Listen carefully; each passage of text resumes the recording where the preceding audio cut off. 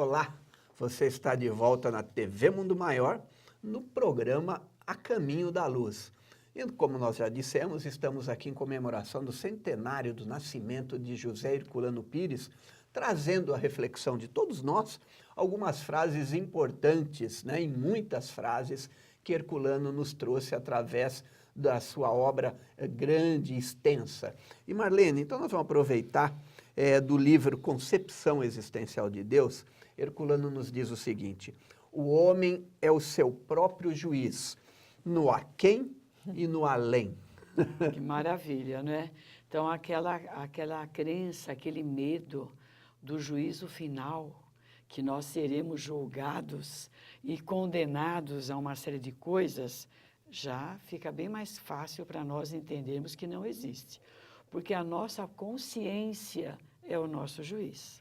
Quanto mais nós desenvolvemos o nosso intelecto, quanto mais nós nos aprimoramos espiritualmente, mais os nossos critérios de julgamento a nós mesmos, eles vão se aprimorando.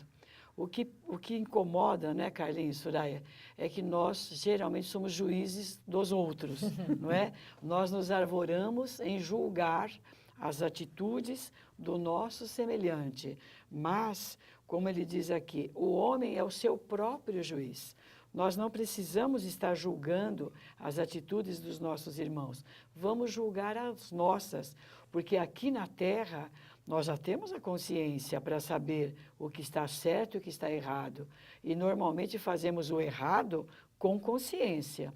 Na espiritualidade, esse julgamento da nossa própria consciência vai ser muito mais severo, porque lá nós não estaremos mais envoltos nesta casca corpórea, que muitas vezes nós nos disfarçamos com ela. Lá nós somos um livro aberto para os demais e para nós mesmos. Por isso, meus irmãos, a melhor condição que temos é sermos juízes de nós mesmos o tempo todo, ou seja, analisando, julgando as nossas atitudes, para que nós possamos melhorar a cada dia. Melhorando-nos a cada dia, vamos melhorar o mundo, é óbvio, né? É bem interessante, né? O homem é o herdeiro de si mesmo, né? Nós é que mandamos nos nossos destinos. E me vem assim à mente também o céu e o inferno, quando Kardec faz aquelas entrevistas, vamos dizer assim, com os desencarnados, que contam como viveram na vida material e o que encontraram na vida espiritual. Não é? Então, tiram as suas próprias conclusões, veem que não tinha ninguém para fazer esse julgamento, ninguém os condenou a nada, somente existe um ser imortal que se encontra no momento dele com ele mesmo, não é? Em que, como diz o Livro dos Espíritos, as leis de Deus estão gravadas na nossa consciência. Então, é o momento em que você cai em todas as máscaras e você está ali diante da sua construção, né?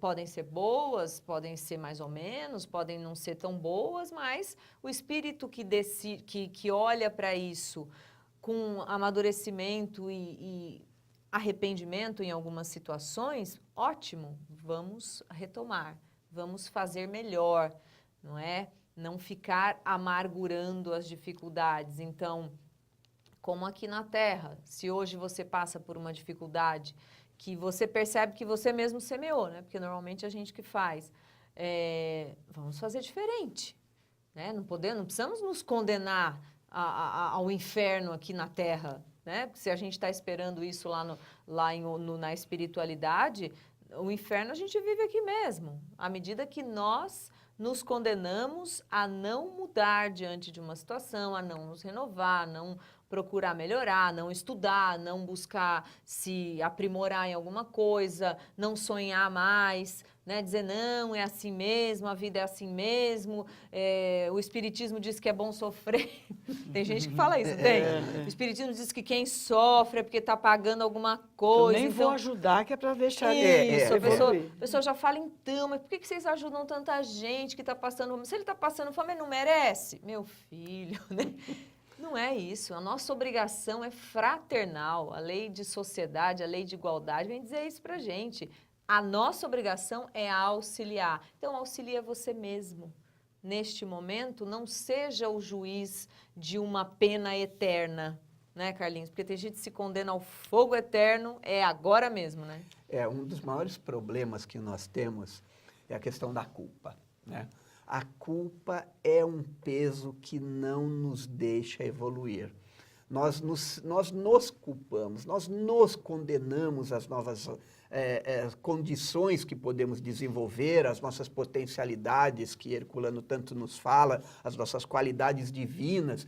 Se nós temos qualidades divinas, elas têm que ser exercitadas, elas têm que ser desenvolvidas e não dá para fazê-lo com culpa. Nós temos que nos libertar porque você é o seu próprio juiz.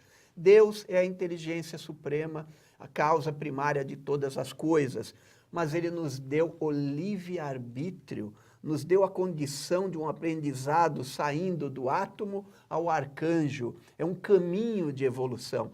Então, cabe a nós, gente, o além, não é tão além, senão além está aqui do nosso lado. O além, sem dúvida nenhuma, nesse momento, nós três estamos sendo aqui intuídos, participando de um outro grupo espiritual que vem também contribuir nesse aprendizado para que chegue até você. Eu tenho certeza que tem algum aqui que sabe o que você está passando, né? E está levando a você uma nova esperança para que você se modifique, para que você deixe essa culpa para lá.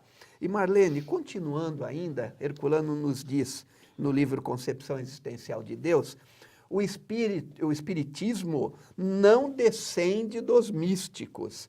Sua linhagem se define nas gerações de cientistas e pesquisadores. Olha lá, hein? Não descendem dos místicos. Fala para nós. Bem interessante isso, né? Porque algumas pessoas que desconhecem a doutrina espírita fazem uma misturada, achando que o espiritismo desenvolve alguns misticismos, rituais. O espiritismo não tem dogma, não tem ritual, não tem misticismo, como você falou.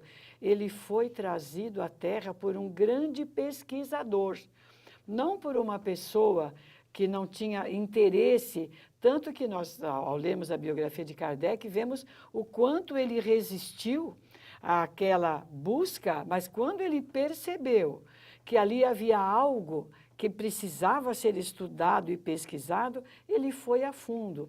Nós vemos na história, o espiritismo é tão novo, não é, Carlinhos? É tão novinho, é um bebê ainda perante as religiões milenares, e já nos ensinou tanta coisa.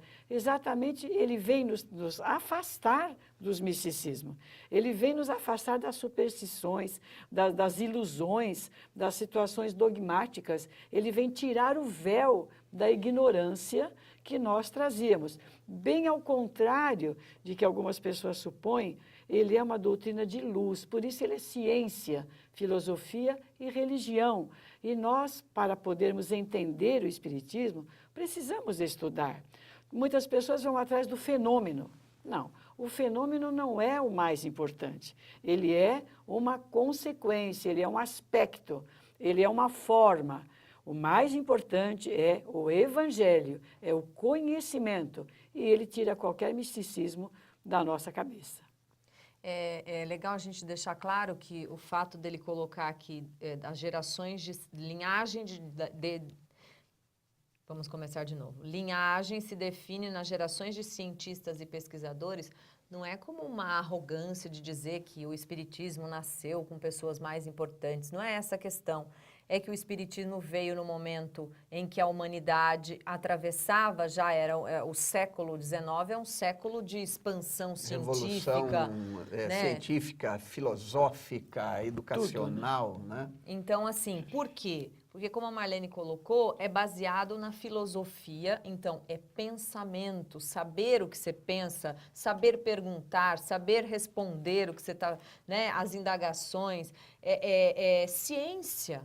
Então, Kardec já falava, se o espiritismo tiver, se a ciência disser que o espiritismo está errado, fique com a ciência, né? Então, como formatar uma doutrina senão através de seres que já estavam preparados para sedimentar isso, né, Carlinhos? Esses conceitos que eram tão ricamente trazidos para a gente, né? E é interessante lembrarmos que Kardec, justamente no início dos prolegômenos do Livro dos Espíritos, diz da grande participação de Sócrates, Platão, no livro no Evangelhos, as palavras maravilhosas de Santo Agostinho, que antes de ser o santo da Igreja Católica, ele é um dos maiores filósofos, no seu livro maravilhoso chamado Confissões. Ou seja, a doutrina espírita é muito nova, como diz a Marlene, nós ainda não conseguimos desenvolvê-la na sua totalidade, porque ainda nos falta, principalmente nós brasileiros, um pouquinho a questão do desenvolvimento da educação. Gente, nós estamos chegando ao final desse programa maravilhoso e que nós refletimos com vocês as palavras de José Herculano Pires. Então, eu gostaria de dizer que divulgue a TV Mundo Maior, né? Fale do nosso site www.tvmundomaior.com.br. E se você quiser melhorar o nosso programa aqui, nós aceitamos sugestões. Mande para o nosso e-mail, que é acaminhodaluz@tvmundomaior.com.br. E nós te pedimos também que compartilhe o bem, compartilhe essa TV maravilhosa, a nossa Rádio Boa Nova, sendo um amigo da Rádio Boa Nova. Então, 0800 12 18 38. Venha e seja nosso amigo e ajude a divulgar não só esse nosso programa, mas todos os programas da Rádio Boa Nova, da TV Mundo Maior. Contamos com você na próxima semana, discutindo, conversando sobre pontos importantes da nossa doutrina.